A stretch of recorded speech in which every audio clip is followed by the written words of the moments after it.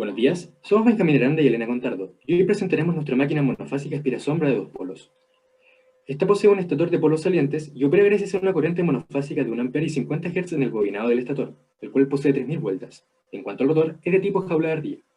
Para su diseño, utilizamos un núcleo compuesto de hierro puro, cobre para las barras de la jaula de ardilla y aspirasombra, aire para la zona del entrehierro y el exterior de la máquina, y cable 20 WG para el bobinado primario, el cual corresponde a un cable de cobre estandarizado que permite sin problemas el paso de la corriente definida.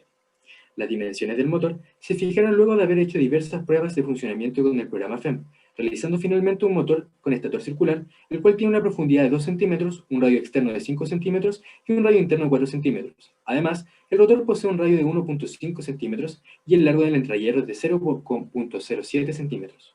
Ahora, el funcionamiento general de una máquina monofásica se basa principalmente en aplicar una corriente alterna monofásica en el devanado del estator, la cual produce un campo magnético pulsante, que según la teoría de doble campo giratorio, equivale a dos campos magnéticos rotacionales de igual magnitud, pero que giran en sentido opuesto. Cada uno de estos campos origina un torque inversos entre sí, donde el torque neto corresponde a la superposición de ambos, el cual se puede ver en el siguiente gráfico. Se puede percibir además que la máquina monofásica tiene un torque de arranque nulo, por lo que se necesita un mecanismo para que el motor pueda partir por sí solo. Hoy en día existen distintas soluciones para este problema, como el motor slip phase capacitivo. Sin embargo, nosotros decidimos realizar el motor espirasombra debido a su simplicidad de construcción. Nuestro motor posee dos espiras cortocircuitadas, cada una en una porción del estator, separadas en 180 grados eléctricos, tal como se ve en la imagen.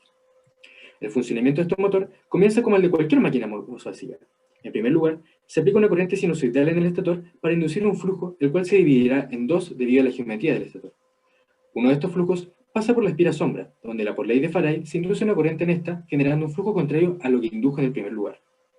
Finalmente, esto genera un flujo resultante de la superposición entre ambos, el cual generará un campo magnético giratorio suficiente como para que al actuar sobre la jaula de ardilla se genere un torque de partida que consiga hacer girar el rotor.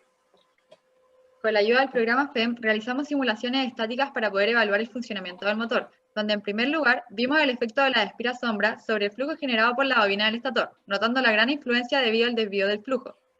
Luego, para dos distintos puntos de operación, se simuló la distribución de flujo, donde se nota que para el caso de torque mayor se tiene una mayor concentración de campo en comparación a la de torque nulo. Para poder realizar otras mediciones, se utilizó el programa Octave en conjunto con FEM, donde primero se simuló la corriente del estator, rotor y la posición de este para el caso de torque máximo. En el gráfico se ve la corriente del estator, la cual fue asignada inicialmente en la máquina. Luego se puede ver la corriente del rotor, la cual se indujo gracias a que en este punto de operación la frecuencia de deslizamiento es tal que permite que la variación de flujo genere corrientes en la barra de la jaula de ardilla y debido a que el motor es de solo un par de polos, la frecuencia mecánica es igual a la eléctrica, por lo que se tiene una relación lineal de la posición versus los grados eléctricos. Luego, se hicieron las mismas mediciones pero para el caso de torque nulo, donde la corriente y posición siguen siendo las mismas, pero en este caso la corriente del rotor es nula, ya que se está trabajando a velocidad síncrona, es decir, frecuencia de deslizamiento cero, lo que no permitiría la inducción electromagnética sobre las barras del rotor. La cuarta simulación realizada corresponde al flujo en la bobina del estator y rotor para el caso de torque máximo, donde el flujo del estator es inducido por la misma bobina primaria, y el flujo del rotor corresponde a la superposición de este flujo y el flujo originado por efecto de la espira-sombra, el que en ocasiones hace que el flujo del rotor sea mayor que el del estator y en otros menor. Luego se obtuvo el torque en el rotor en función de la carga tras fijar la corriente máxima del estator y rotor, donde el torque varía constantemente viéndose muy ruidoso.